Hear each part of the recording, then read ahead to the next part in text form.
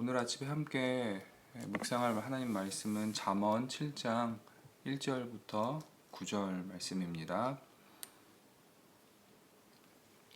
잠언 7장 1절부터 9절 말씀 우리 다 함께 찾으셔서 같이 읽도록 하겠습니다. 잠언 7장 1절부터 9절 말씀입니다.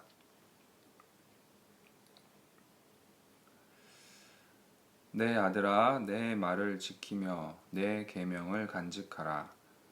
내 계명을 지켜 살며 내 법을 내 눈동자처럼 여기라. 이것을 내 손가락에 매며 이것을 내 마음판에 새기라. 지혜에게 너는 내 누이라 하며 명철에게 너는 내 친족이라 하라. 그리하면 이것이 너를 지켜서 음녀에게 말로 후리는 이방 여인에게 빠지지 않게 하리라. 내가 내 집 들창으로 살창으로 내다보다가 어리석은 자 중에 젊은이 가운데 한 지혜 없는 자를 보았노라. 그가 거리를 지나 음녀의 골목 모퉁이로 가까이 하여 그의 집 쪽으로 가는데 저물 때 황혼 때 깊은 밤 흑암 중에라. 아멘. 함께 읽은 잠언 7장 1절부터 9절의 말씀을 통해서 하나님의 말씀을 소중히 여기고 사랑합시다 라는 제목으로 하나님 말씀 묵상하기 원합니다. 오늘 읽은 본문은 잠언 7장의 서론 부분에 해당합니다. 1절부터 5절은 7장 전체의 서론이고 또 6절부터 9절은 6절 이후에 시작하는 음녀의 유혹에 빠지는 어리석은 젊은이 이야기의 서론으로 볼 수 있습니다. 잠언의 지혜자는 1절에 내 아들아 라는 표현을 사용하면서 자신의 가르침을 받는 자들을 향한 사랑을 표현하고 앞으로 가르칠 내용에 대해서 관심을 가지고 배울 것을 권면하고 있습니다. 1절의 계명이란 지혜자의 가르침입니다. 그 가르침은 하나님 말씀에 근거한, 하나님 명령에 근거한 가르침이기도 합니다. 지혜자는 내 계명을 간직하라고 말합니다. 여기서 간직하라라는 표현은 보물을 숨기고 비축하다라는 의미입니다. 즉 지혜자는 하나님의 말씀에 근거한 나의 계명을 보물을 다루듯이 소중히 여기며 마음속에 담아두고 유용하게 사용할 것을 가르쳐주고 있습니다. 2절에서 지혜자는 내 계명을 지켜 살며 내 법을 내 눈동자처럼 지키라 라고 가르칩니다. 지혜자는 그의 사랑하는 아들 혹은 제자들을 향해 내 계명을 지키며 살기를 다시 한번 강조합니다. 내 눈동자처럼 지키라 라는 표현은 히브리어 원문을 직역하면 내 눈 안에 있는 작은 사람입니다. 이것은 가장 소중한 것, 가장 사랑하는 것을 의미하는 히브리어의 관용적인 표현입니다. 우리말에 눈에 넣어도 아프지 않을 만큼 소중한 것과 같은 비슷한 표현입니다. 즉, 지혜자는 율법을, 내 계명을 내가 가장 소중히 여기는 것처럼, 내가 가장 사랑하는 것처럼 지켜야 함을 강조하고 있는 것입니다. 더 나아가 3절에서 지혜자는 율법을 손가락에 메고 마음판에 새기라고 가르칩니다. 눈에 보이지 않는 명령과 율법을 손가락에 맬 수는 없습니다. 이것은 그 명령과 율법을 몸의 일부분처럼 여기고 몸에 지니고 다니라는 의미입니다.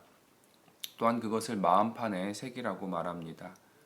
지혜자는 하나님의 율법에 근거한 그의 가르침과 몸이 하나가 되기를, 율법과 일체가 되기를 강조하고 있는 것입니다. 4절 말씀에서 지혜자는 지혜를 누이로, 명철을 친족으로 의인화합니다.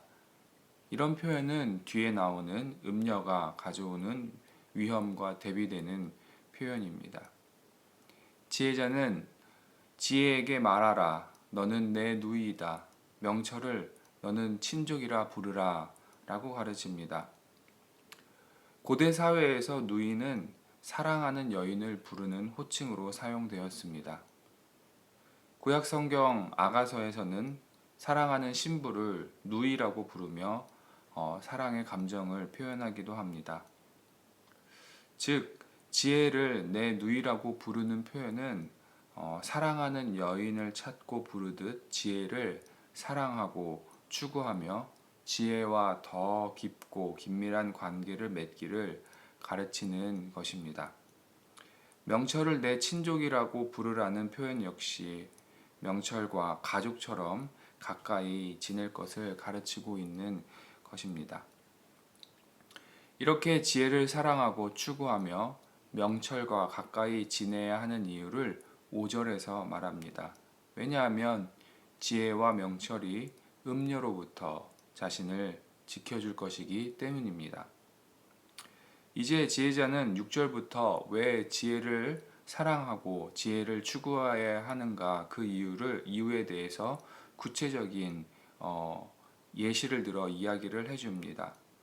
6절부터 9절은 그 이야기의 서론 부분에 해당합니다. 지혜자가 창문 밖으로 어리석은 젊은이를 보게 됩니다. 그는 지혜가 없는 자였습니다. 그는 음녀가 있는 곳을 향해 걸어가고 있었습니다. 그리고 그 시간과 분위기를 날이 저물어 어두움이 찾아오는 시간으로 묘사함을 통해 그 지혜 없는 어리석은 젊은이가 맞이할 어두운 결말을 모를 채 음녀에게 나아가고 있음을 보여주고 있습니다. 성도 여러분, 오늘 살펴본 말씀 가운데 2절과 4절의 말씀을 좀 더 묵상함으로 말씀이 주는 교훈과 도전을 함께 나누기 원합니다. 오늘 우리가 함께 살펴본 잠언의 가르침은 하나님의 말씀, 명령, 율법을 향한 우리 믿는 자들의 자세와 태도에 대해서 가르쳐 주고 있습니다. 2절과 4절의 말씀은 율법을 가장 소중히 여기는 것처럼 지키고 지혜를 추구하고 사랑하며 가까이 하십시오 라고 요약할 수 있을 것입니다. 믿는 사람이라면 누구나 하나님의 말씀, 명령을 소중히 여기고 지키는 것, 그 말씀이 주는 지혜를 사랑하는 것을 배웠고 알고 있을 것입니다. 그렇다면 하나님의 말씀을 향한 나의 자세와 태도는 어떠합니까? 나는 정말 하나님의 말씀을 가장 소중히 여기는 것처럼 소중히 여기고 아끼고 있는가? 사랑하는 연인을 찾듯이 하나님의 지혜를 찾고 있는가? 지혜의 말씀이 나와 늘 친밀하고 가까이 있는가? 오늘 말씀에 근거하여 나의 삶을 되돌아보기 원합니다. 오늘 말씀을 살펴본 것처럼 지혜자는 율법, 즉 하나님의 말씀을 보물을 모으듯 소중하게 여기며 잘 간직할 것을 가르쳐 주고 있습니다. 신앙생활을 하면서 우리는 하나님의 말씀이 나에게 힘이 되고 지혜가 되는 경험을 하게 됩니다. 내 안에 소중히 간직한 하나님의 말씀은 나로 하여금 하나님을 찬양하게 하며 어려움과 위기 때마다 나에게 힘과 용기를 주고 그 상황을 뛰어넘어 하나님을 바라볼 수 있는 마음을 줍니다. 그러기에 하나님의 말씀은 믿는 자들에게 보물과 같은 아주 귀하고 값진 것입니다. 더 나아가 하나님의 말씀은 피조물인 우리가 창조주의 마음과 뜻을 알게 해줍니다. 하나님은 말씀을 통해 그의 뜻과 지혜를 계시해 주셨습니다. 그리고 우리는 그 말씀을 마음에 새기고 그 뜻을 알아갈 때 창조주의 생각과 뜻을 발견하는 큰 기쁨을 누리게 됩니다. 우리는 하나님의 말씀이 주는 지혜를 찾아야 합니다. 마치 사랑하는 연인을 대하듯 소중히 여기며 열심으로 지혜를 갈망해야 할 것입니다. 왜냐하면 그 지혜가 나를 음료의 유혹으로부터 세상의 유혹으로부터 지켜주기 때문입니다. 성도 여러분, 지혜가 없을 때 우리는 자연스럽게 음료에게로 나아가게 됨을 기억하십시오. 음료의 길은 우리를 어둡고 흑암으로 이끌고 갑니다.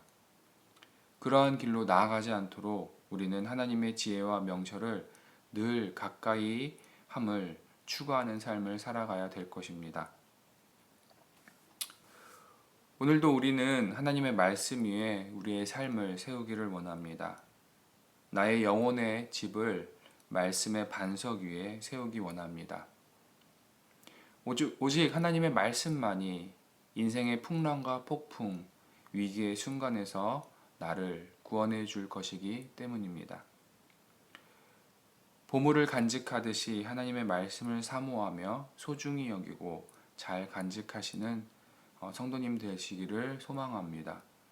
또한 하나님의 말씀 가운데 숨겨진 지혜를 찾고자 갈망하며 그 지혜를 사랑하고 사모하며 살아가시는 우리 성도 여러분들 되시기를 주의 이름으로 도전합니다.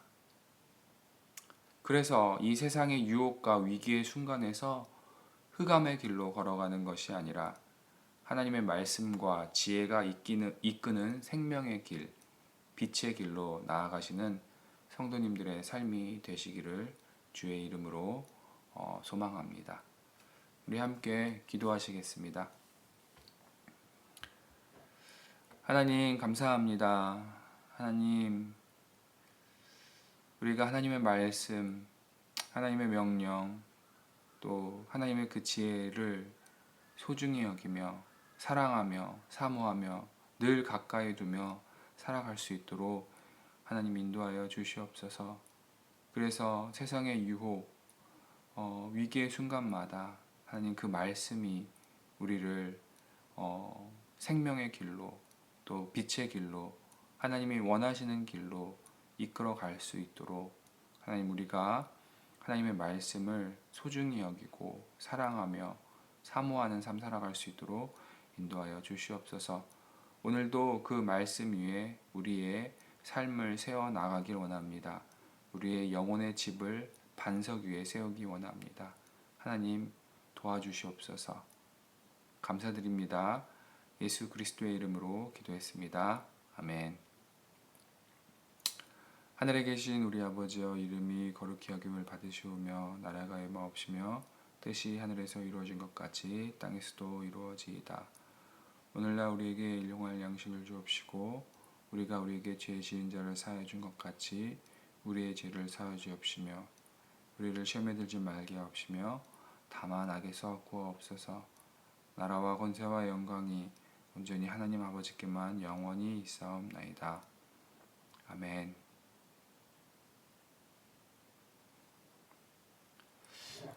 이 시간에 우리 함께 합심하여서 기도하는 시간 갖도록 하겠습니다. 우리 나라와 우리 민족을 위해서 우리가 같이 기도하기 원합니다. 또 두 번째로 열방의 복음 증거와 또 복음 증거를 위해 수고하시는 선교사님들을 위해서 그분들의 사역을 위해서 우리가 중보하기를 원합니다.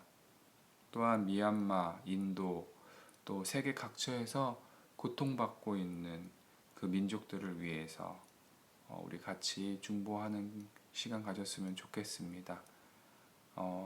하나님의 복음이, 예수 그리스도의 복음이 그들을 회복해 하기를 우리가 기도했으면 좋겠습니다. 그리고 세 번째로 우리 말씀 중심 교회를 위해서 기도하기 원합니다. 우리 교회가 하나님의 말씀을 소중히 여기며 그 말씀 가운데 숨겨진 하나님의 뜻과 지혜를 잘 전하고 나누는 교회로 세워져 나갈 수 있도록, 그리고 우리 교회가 하나님께서 주시는 지혜를 통하여서 코로나 이후에 그 사역들을 잘 준비할 수 있도록, 그리고 수고하시는 담임 목사님과 교회 리더들을 위해서 우리가 기도했으면 좋겠습니다. 그리고 목요일은 주일 예배 찬양 영상 녹화가 있는 날입니다. 비록 먼저 영상으로 녹화하지만 그 시간 또한 예배의 시간 되게 하시고 또 그 시간을 통하여서 주일에 드려지는 장년 예배와 어린이 예배가 풍성한 예배가 될 수 있도록 오늘 영상 녹화 시간들 하나님께서 귀하게 여겨달라고 우리 같이 중보했으면 좋겠습니다. 또 네 번째로 우리 개인의 기도 제목을 놓고 기도할 때 오늘 나눈 말씀 기억하시면서 하나님 오늘 하루도 하나님의 말씀을 소중히 여기고 간직하며 하나님의 지혜를 사랑하는 삶 살아가기를 원합니다. 그래서 오늘 하루도 하나님의 말씀과 지혜 위에 나의 영혼의 집을 아름답게 지어갈 수 있는 하루 되기를 우리가 기도했으면 좋겠습니다. 그리고 우리 개인의 기도 제목과 또 교회 공동체의 중보 기도 제목들을 가지고 우리 함께 이 시간에 기도하겠습니다. 함께 기도하시겠습니다.